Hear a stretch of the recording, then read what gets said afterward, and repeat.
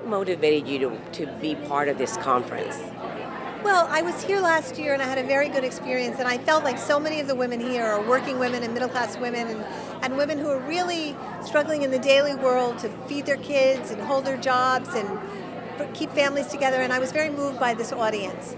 So I felt like when I was preparing my first remarks and thinking at post-cancer, I thought this is the place I'd like to do it because I really connect with this particular audience. When you deal with people who are also having to deal with the challenges of cancer, what is usually their first reaction when they're speaking with you? Well, I think we all know one story of cancer, which is it's scary and it's horrible and it can kill you and then people go into panic and that's a story. But there's also the story of cancer, which is it can transform you and it can make you better, and it can open your heart and it can connect you with other people and it can strip away what doesn't matter and it can release you of your demons and it can free you of all kinds of burdens that you didn't want. And that's the story I want to tell about cancer, because that's the story, that's what I've experienced. What do you think is the greatest misconception about dealing with cancer or people that go through cancer? Look, we never know the outcome once you have cancer. Can it come back? Of course it can come back. We can always die. You know, that's a possibility. But I think to live in fear of anything, to live in aversion, to live and make that go away, just gets you sicker.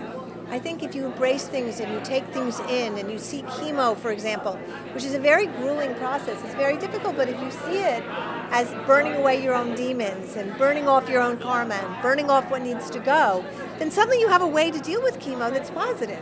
So I think it's reframing things. Tell me about what you want to do in terms of the next 5 years of your life. I want to continue what I'm doing. I want to continue writing plays and writing pieces, and V-Day, which is a huge global movement around the world, it will get bigger and bigger, and keep fighting for the rights of women, and so that women are strong and empowered and not abused, so that they can take back the world. You know, I come from a very conservative part of the world. I'm from West Texas, and have you ever come to places like ours? Oh yes, and V-Day's been done there.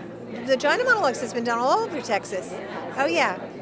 I've been in Austin, I've been in Dallas, I've been in Houston, I've been all over Texas. And how were you received? Very well. I love Texas. What kind of plays or writings will you be involved in the future that may be a little different or maybe a surprise to people? Well, I just finished a new book called I'm an Emotional Creature, The Secret Life of Girls Around the World, which is a book about teenage girls and all their stories around the world, and it's just about to become a play. So we're going to do a world tour and then we'll bring it to New York.